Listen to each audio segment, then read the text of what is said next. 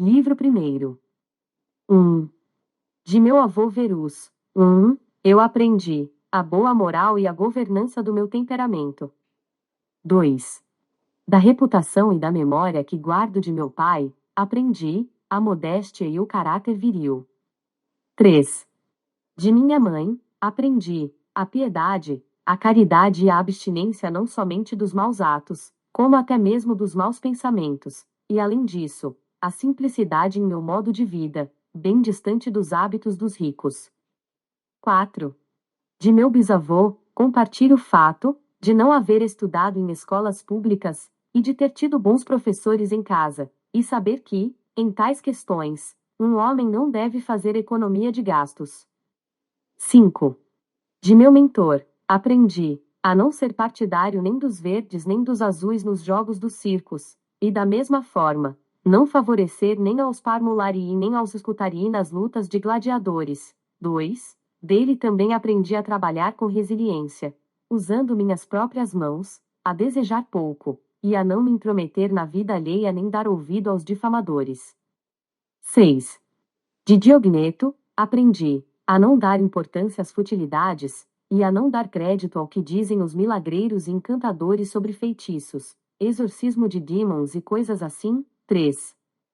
Dele também aprendi a não criar codornas, pararrinhas, nem a me entregar apaixonadamente a esse tipo de coisa, a tolerar a liberdade de expressão, a ter intimidade com a filosofia e ter escutado aos ensinamentos de Báquio, Tandárido e Marciano, a ter escrito diálogos quando jovem, e a dar preferência à cama e às roupas de peles duras, assim como a todo tipo de coisa advinda da disciplina grega. 7. De rústico, recebi a impressão de que o meu caráter requeria evolução e disciplina, e dele eu aprendi a não me perder nos devaneios sofistas, a não escrever sobre temas especulativos, a não declamar orações de incentivo sem profundidade, a não me auto-intitular um homem que domina suas paixões ou praticar caridade por pura exibição. Dele também aprendi a me abster da retórica, da poética e das belas frases, a não andar em minha própria casa com vestes da rua ou coisa do tipo. 4. A escrever com simplicidade, como a carta que ele próprio escreveu à minha mãe quando se encontrava na cidade de Sinoessa, a tratar com respeito mesmo aqueles que me ofenderam com palavras, ou me fizeram algum mal, e estar sempre disposto à reconciliação assim que esta se fizer oportuna. Dele também aprendi a ler atentamente, e a não me satisfazer com a compreensão superficial de um livro, tampouco ser facilmente convencido por aqueles que falam aos brados. E, sobretudo, eu devo a Rústico ter me familiarizado com os discursos de Epicteto, os quais me foram comunicados a partir de sua própria coleção. 5. 8. De Apolônio aprendi a cultivar a liberdade de pensamento e a firmeza nas decisões, a não atentar para nada mais, nem sequer por um momento, que não a razão, e a ser sempre o mesmo, nas grandes dores, nas ocasiões em que perdemos um filho, ou nos longos períodos de doença. Dele também aprendi a ver claramente, como um exemplo vivo, que o mesmo homem pode ser ao mesmo tempo firme e compassivo, e ensinar sem ser tedioso. Nele tive, diante de meus olhos, um homem que considerava claramente a sua experiência e habilidade de explicar os princípios da filosofia como o menor de seus méritos. E dele também aprendi a aceitar favores estimados dos amigos, sem me humilhar, em agradecimentos exagerados, nem deixar que passem desapercebidos. 9. De sexto. 6. Aprendi a disposição benevolente, e tive o exemplo de uma família governada de forma paternal, assim como a ideia de viver conforme a natureza, e a falar com profundidade sem afetação, a olhar com cuidado as necessidades dos amigos, assim como tolerar os ignorantes e aqueles que formam suas opiniões de maneira superficial. Ele tinha a capacidade de se adaptar rapidamente a qualquer tipo de ambiente, de modo que conversar com ele era mais agradável do que receber uma lisonja, e, ao mesmo tempo, inspirava em todos ao seu redor respeito e até mesmo veneração. Lembro que possuía a distinta habilidade de investigar e ordenar os princípios necessários a uma boa vida de forma metódica e inteligente, que nunca demonstrou raiva ou qualquer outra afetação das paixões, pois vivia inteiramente liberto delas, embora sempre adoravelmente afetuoso. E também sabia, como ninguém, elogiar com discrição, e não ostentar o próprio conhecimento, que era vasto. 10.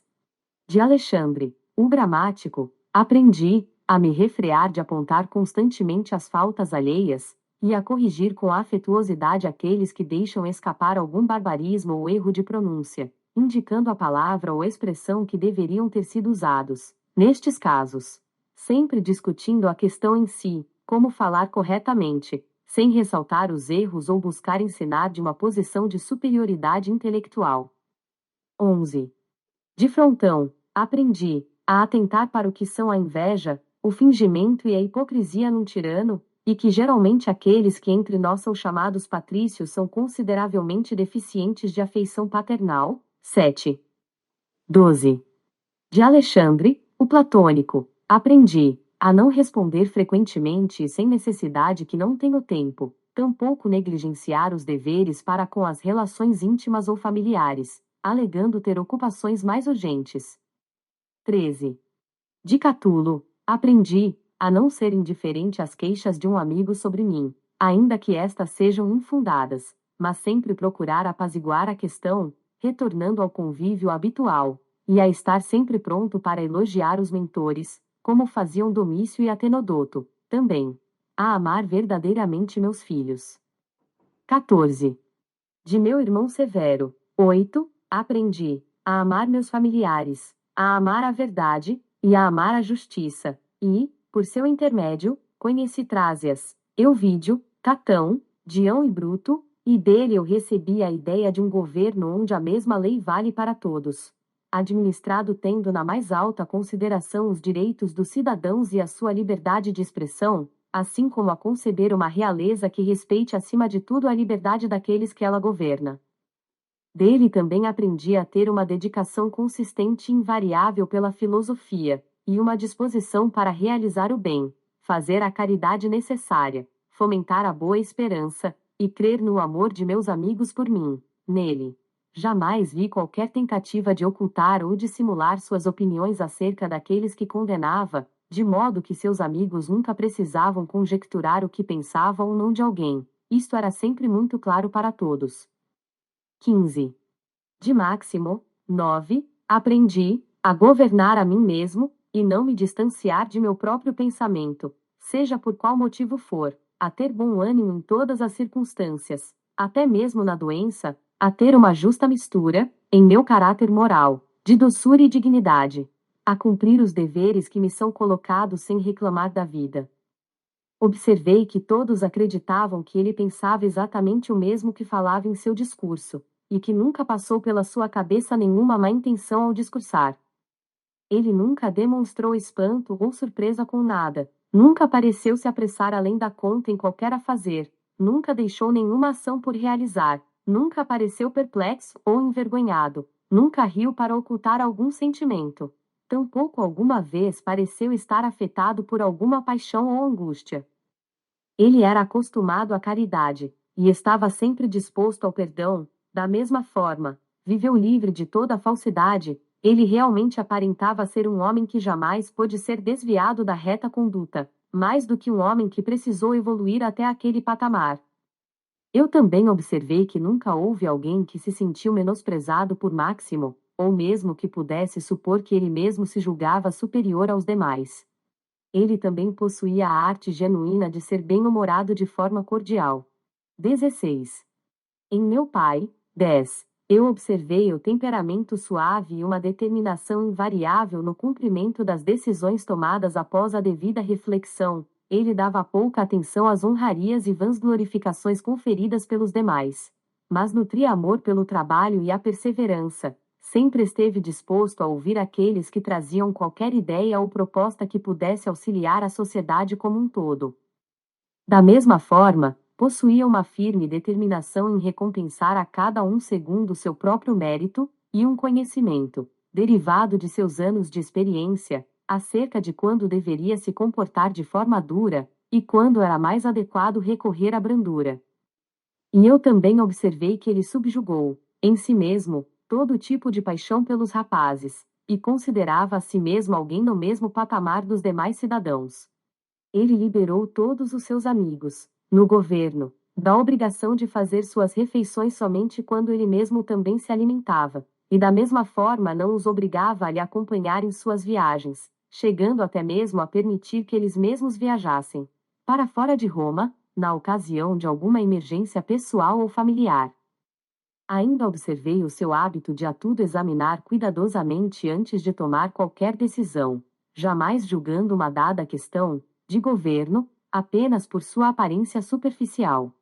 Sua disposição sempre foi a de nutrir e manter a amizade de seus amigos, jamais se cansando repentinamente da sua companhia, sem no entanto ser extravagante na sua afeição. Em todas as ocasiões da vida, estava satisfeito e sereno, previa a chegada dos infortúnios com grande antecedência, e sua mente estava sempre a par dos ínfimos pormenores do governo. Cuidava para que os aplausos e as demonstrações de bajulação não durassem muito tempo, mas estava sempre atento ao que era de fato necessário para a boa administração do império, reduzindo os gastos quando foi preciso e suportando tranquilamente as reclamações costumeiras nos períodos de contenção de despesa. Jamais nutriu qualquer superstição pelos deuses. Nunca buscou comprar a afeição de ninguém, nem alcançar a popularidade por meio de obras faraônicas.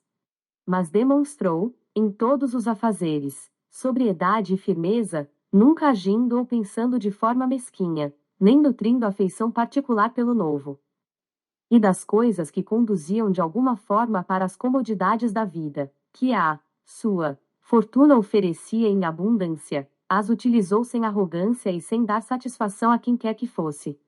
De modo que, quando as tinha perto de si, as usufruía sem afetação, e quando não lhe era possível as ter, prosseguia em suas viagens como se elas não existissem. Ninguém jamais pôde dizer que ele era um sofista ou um pedante, mas todos o consideravam um homem maduro, justo, insensível às bajulações, plenamente capaz de governar a si mesmo e aos demais. Além disso, ele sempre honrou aos verdadeiros filósofos, e embora jamais tenha reprovado aqueles que eram apenas pretensos filósofos, tampouco se deixou guiar pelo seu pensamento vão. Era, também, um homem fácil de dialogar, agradável e sem afetações.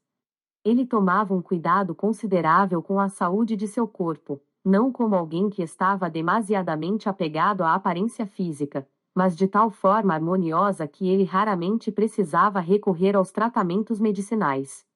Estava sempre pronto a recompensar, sem inveja, a todo aquele que tivesse qualquer habilidade virtuosa, como a eloquência ou o conhecimento das leis e da moral, ou qualquer outra faculdade digna de nota.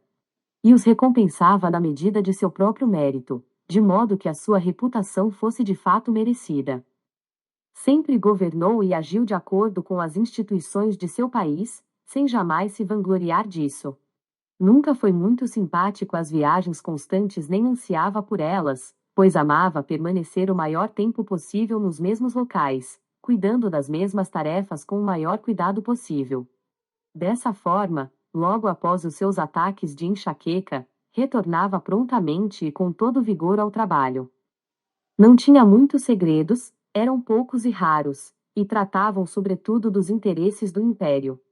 Sempre demonstrou toda a prudência com os gastos relacionados aos espetáculos e à construção de prédios públicos, assim como com as distribuições de espólios aos seus soldados, pois que era um governante preocupado com o que de fato precisava ser feito, e não com a reputação que pudesse advir de seus atos. Ele não tomava banho fora das horas habituais, não nutria simpatia pelo trabalho de construção, não tinha curiosidade especial pelo que comia ou deixava de comer, nem pela cor ou textura das roupas que usava ou deixava de usar, tampouco pela beleza de seus escravos.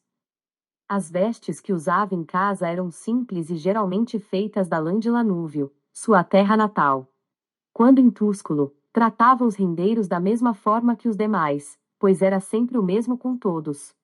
Nele não se via rispidez, agitação, violência nem nada que pudesse alterar a serenidade de sua expressão usualmente, mas examinava e refletia sobre todas as coisas com severidade, como se nunca pudesse lhe faltar tempo para tal, e agia sempre sem confusão. de forma vigorosa e consistente. E assim, o mesmo que se dizia de Sócrates pode ser dito dele, que sabia tanto gozar quanto se abster das coisas que a maioria dos homens sofre ao ver-se privada, e quando goza, o faz com excessos. Mas, ser forte ao ponto de ser insensível na abstinência, e sóbrio no gozo, é a marca daqueles poucos homens de alma serena e invencível, e foi isto que ele demonstrou, por exemplo, durante a doença de Máximo. 17. O meu débito para com os deuses foi ter tido bons avós, bons pais, uma boa irmã, bons mentores, bons servos, bons compatriotas, bons amigos, quase tudo bom. Ademais, somou a tal débito o fato de nunca tê-los ofendido apressadamente, ainda que esta fosse a minha disposição, e se a oportunidade para tal surgisse, eu provavelmente teria caído nesse tipo de tentação. Assim sendo, ao seu favor, ainda conto o fato deles nunca terem me testado. Também sou agradecido aos deuses por não ter sido criado por muito tempo pela concubina de meu avô, e por haver preservado a flor da minha juventude, não tendo sido forçado a comprovar minha virilidade antes do tempo, pelo contrário, até mesmo adiando o momento, até a estação correta de minha vida. Também os agradeço por ter sido sujeitado a um imperador e pai que me aliviou de todo o meu orgulho, e me galgou a sabedoria de que é possível a um homem viver dentro de um palácio sem a necessidade de guardas, de vestes suntuosas, de tochas, estátuas e coisas do tipo. Sendo, no entanto, perfeitamente possível a um homem poderoso viver de maneira muito similar a uma pessoa em condição privada, sem que para tal precise ser pobre de pensamentos ou desleixado em seu governo. No que diz respeito às coisas que precisam ser realizadas pelo bem do interesse público. Eu agradeço aos deuses por terem me dado um irmão como esse, 11, que através de seu caráter moral pôde despertar em mim a autovigilância, e que ao mesmo tempo me nutriu com o seu respeito e a sua afeição. Agradeço por meus filhos não terem nascido retardados ou deformados. Agradeço por não ter sido mais proficiente na retórica, na poética e noutras áreas de estudo que tomariam todo o meu tempo se percebesse que estava progredindo rápido. Assim, também agradeço por ter tido tempo de alcançar rapidamente o patamar filosófico imaginado por meus mentores, conferindo a eles a honra que pareciam desejar, sem deixar para me dedicar a tais conhecimentos noutra fase da vida, por ser então ainda muito jovem. Eu agradeço por haver conhecido Apolônio, Rústico e Máximo. Agradeço por ter recebido, deles, exemplos claros e frequentes acerca de como viver de acordo com a natureza, e de que tipo de vida isto se trata, de modo que, no que depende dos deuses, de seus favores, ajudas e inspirações, nada me impediu de viver desta forma. E, se nem sempre me foi possível alcançar tal vida, foi por minha própria falta, por não ter atentado para os sinais divinos e, posso quase afirmar, as suas instruções diretas. Eu agradeço por meu corpo haver suportado por tantos anos meu estilo de vida. Agradeço por jamais haver assediado tanto Benedita quanto Teódoto e por, após haver caído nas paixões eróticas, haver me curado delas. Agradeço por, apesar de ter passado por atritos com Rústico, jamais tê-lo ofendido de maneira a qual pudesse me arrepender. Agradeço por, apesar de ter sido o destino de minha mãe morrer cedo, que ela tenha passado os seus últimos anos de vida ao meu lado. Eu agradeço por nunca ter me faltado recursos para ajudar aqueles em necessidade. E, da mesma forma, agradeço por eu mesmo jamais ter passado pela necessidade de mendigar a ajuda alheia. Agradeço por ter uma esposa tão obediente, afetuosa e simples. Agradeço por ter tido uma abundância de mentores para meus filhos. Agradeço por me ter sido revelado, em sonhos, os remédios necessários para tratar minhas enfermidades. Eu agradeço por não ter caído nas mãos de algum sofista quando segui a minha vocação filosófica. Agradeço por não haver perdido tempo escrevendo histórias, tentando resolver silogismos, ou me ocupando da investigação dos fenômenos celestes, pois para tais coisas eu necessitaria da ajuda dos deuses e da boa fortuna. Escrito, à margem do rio Gran, na terra dos Quados, 12.